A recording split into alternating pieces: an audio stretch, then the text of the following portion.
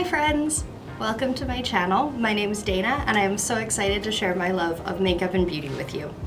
Today I thought I would do a quick sort of ranking all of the Colourpop palettes that I've tried.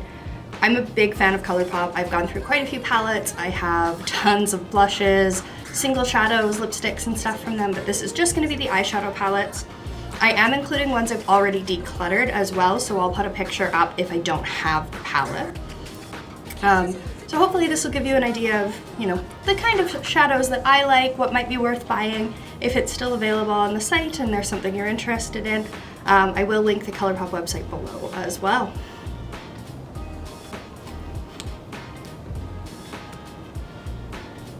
Alright, so in spot number 13, I have the Element of Surprise palette. So this is a bit of an older one. It has been discontinued. I ended up decluttering this one mostly because I didn't love the color story and I didn't like the intensity of it. Some of the shadows were quite sort of light and lackluster. The shimmers just didn't have the impact I wanted. Overall, I just wasn't a fan of this one. I'm not sad I decluttered it. In spot number 12, I have the Colourpop Aura and Out palette. This was part of their tie-dye collection that they had. I liked this one. I liked the color story, but I don't love pastels. I'm super, super pale, and pastels that aren't very intense, as pastels typically aren't, don't tend to look very good on me. They just sort of wash me out. They kind of disappear into my skin tone. So I found that this one, while the greens and the blues were quite pretty, it just didn't have the oomph that I wanted it to have. So I've also decluttered that one. I've passed it on to a friend who's going to like that sort of lighter pastel-y kind of color a lot more than I do. In spot number 11, I have the Colourpop Magic Hour palette. This is one of the ones that is like an empty magnetic palette that's filled with pre-chosen singles. This is sort of a weird one. I actually thought I was buying the empty magnetic palette. So it was sort of a surprise to get it full of these shadows. Now, about half this palette is fantastic. This half specifically is really, really pretty. Some of the shades are super pigmented, some of them are really, really nice, that awesome Colourpop quality that I expect from my Colourpop matte and shimmer shadows. Although I don't love the color story, I wouldn't say that these would have been the singles I would have picked. This half is almost entirely pressed glitter. I don't love pressed glitters. I am too lazy to put glitter glue on my eye most days, and so the idea of just like flaky glitter, I don't love them. Personally, if I had known that that was what this came with, I would not have picked this guy up. So I probably will end up decluttering at least some of the shades in here, and then probably using the palette to store other singles that I have, because this palette is gorgeous. This sort of butterfly, it's like sparkly. Oops. At number 10, I have You Had Me at Hello. So this was, if I'm not mistaken, a Valentine's Day palette from a few years ago. So it has a similar vibe to kind of the new Why Not palette. You can see them side by side there, but the You Had Me at Hello was just not very pigmented. I don't know if they were changing the quality of the shadows at the time. I just didn't love this one. I didn't feel like it had the oomph I wanted. I didn't feel like it had the impact I wanted. It was just sort of lackluster. I had passed it on to a friend who prefers sort of softer, more delicate reds and purples, and she really liked it, but it wasn't for me. In spot number 9, I have the Colourpop and Sailor Moon Pretty Guardian palette. I don't think it's gonna do the thing online. So that one just looks like this. I actually do like this palette. It's not my favorite. It's definitely not my favorite, hence why it falls in at number 9, but it is a really, really pretty palette when you want something soft and gentle. This color here, this is Silver Millennium, is actually a Super Shock. So it goes on the lid very, very nicely. I think the big issue with this one, and the reason why it ranks a little bit lower for me, is just because there isn't a lot of depth with it.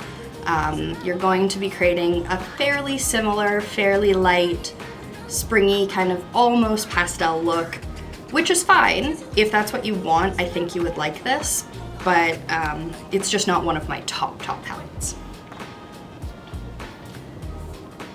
In spot number 8, I have one of the new little quads from the Animal Crossing collection. This is 5 Star Island. It's the little pink and yellow one. It just looks like that. Now, I do like this. I don't like that this shade is a pressed glitter, but I knew that going in, my own bad. But I do feel like compared to the pressed glitters in the Magic Hour palette, this one's a little bit of a stickier base, and I feel like it stays to the eye a little bit better even without glitter glue. I'm less afraid of this one. I like the pinks a lot. I wish this yellow was a little more pigmented. It does show up on the eye, but it shows up just more as a wash of glitter as opposed to an actual yellow shimmer, which is what I would have wanted from this palette. So it's a good one. I do like it. I am going to keep it. I am going to continue to do looks with it, but I wish it was better. Spot number 8, I have another one from the Animal Crossing collection. This is the Nook Inc palette. It is the green one. Again, I don't love that this shade down here is pressed glitter, but the base is quite sticky. I feel like I can work with it. And I like this one a little bit better than the other one. I like the sort of shimmery shade more. And I find that this one up here is more matte. It is a matte with sparkle in it, but it applies to the eye more matte than the matte with sparkles in the 5 Star Island palette. Additionally, I just like the color story of this one more. I am more into greens than I am into pinks and yellows. So I like this one. It falls sort of near-ish to the middle of my Colourpop collection, but I do like it. In spot number 6, I have the It's My Pleasure palette. This is the monochromatic purple, the original deeper one. I have broken a shade in the middle here, so that one is gone. I like this one. I do. It's not everything I wish it was. I do wish, especially this shade up here that's quite pink, I wish that was more of a purple. But I do like this palette. I feel like I can get some good looks out of it. If you really, really like purples, particularly deeper purples, I think you will like this one as opposed to Lilac You a Lot, which is quite a bit lighter. This shade in the middle, Earth Shine, the one that is broken, I believe, I don't know if it was quite a pressed glitter, but it was quite soft and flaky. It didn't feel like the rest of the metallics in here. I broke it very early on, I think the first day I got this palette, but I do really like this one. I think it is worth the price for sure, and if purples are your thing, this is probably a good choice for you. In spot number 5, I have the Colourpop Yes Please palette. Now you might be surprised I'm putting a palette I have actually decluttered pretty high up in my ranking here, but the Yes Please palette was the first pressed pigment palette that I got from Colourpop. I think it was the first one they ever made, and it is gorgeous. I actually decluttered this palette during a period in my makeup time where I was much more into cool tones, and I didn't really want those oranges, those yellows, the rich kind of browns. And I passed this along to a friend who has almost completely panned it, so it got a lot of love, it got a lot of use. But I do find myself kind of missing this palette just because it was fantastic quality. It was the really classic Colourpop, super affordable but super pigmented shadows that we have come to love with the rest of the Colourpop shadows. And the color story is just beautiful. So while I don't necessarily regret decluttering it, I do still think about it from time to time. Spot number 4 goes to the Lil Ray of Sunshine palette. This is their sort of sunflowery one. This one is an all matte kind of yellowy brown palette. There are some like sort of warmer browns at the bottom, but it's predominantly yellow. I really like this one. I think it is fantastic if you like all matte looks. You can create something very colorful, something quite neutral. You can pull more yellow or more brown. It's got a lot of versatility to it, which I really, really like. I also love to pair it with a few of my single shadows. It goes really, really well with a big variety of those warm sparkles that are so pretty. So I really like this one, spot number 4. In spot number 3, I have the Colourpop and Raw Beauty Kristi At Forest Sight palette. I love this palette.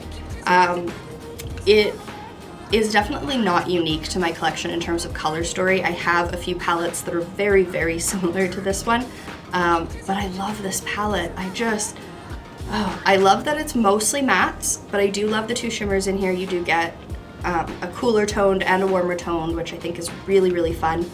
I love the sort of rich greens and blues at the bottom. This pink color up here, Old Growth, is just phenomenal, especially as a transition shade or a crease shade if I'm going for something a little more neutral. I absolutely love this palette. I think the quality is amazing. I think the price was fantastic. Kristi did a fantastic, fantastic job on this palette. If it comes back in stock, I definitely recommend picking it up. In spot number 2, I have the Big Poppy palette. So this is the red version of the Lil Ray of Sunshine, and this one's a little more red / orange. It's not quite fully red. I like this one better just purely because I like reds and oranges better than I like yellows. The quality of this one is the same as the last 2. They are both impeccable.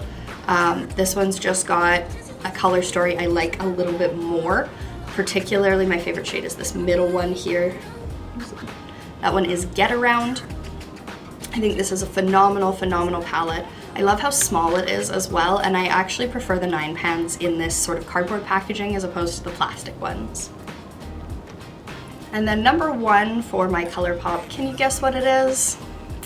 It is the Child palette, their Mandalorian collaboration, and I am obsessed with this palette. You're probably getting bored of me talk about this already, which is embarrassing. There's only been 5 videos on my channel. I love this palette. I think it is absolutely phenomenal. I think the quality is amazingly good. This one up here is a Super Shock, so it applies very, very well to the eye. I love that it can pull more green, it can pull more brown. I like that there's a nice mix of sort of colorful and neutral shades in there. I love the packaging. I'm not even the world's biggest Star Wars fan. I just think it's so cute. I love this one. So this, currently nothing has come out that has dethroned this one, and I mean, I challenge Colourpop to beat it, because if they can, that will be an amazing palette. But for right now, that one is my number 1. So those are all the Colourpop palettes I have tried so far. I have trouble keeping up with the Colourpop launches. I'm sure most people do because they launch so many things so quickly, but I definitely do keep my eye on the brand, and I would like to try some more. So as I try more, this ranking will probably change, but for right now, that is the 13 palettes that I have tried from Colourpop. I'd love to know what your number 1 Colourpop palette is, or is there a Colourpop palette on your wish list that you'd really like to try?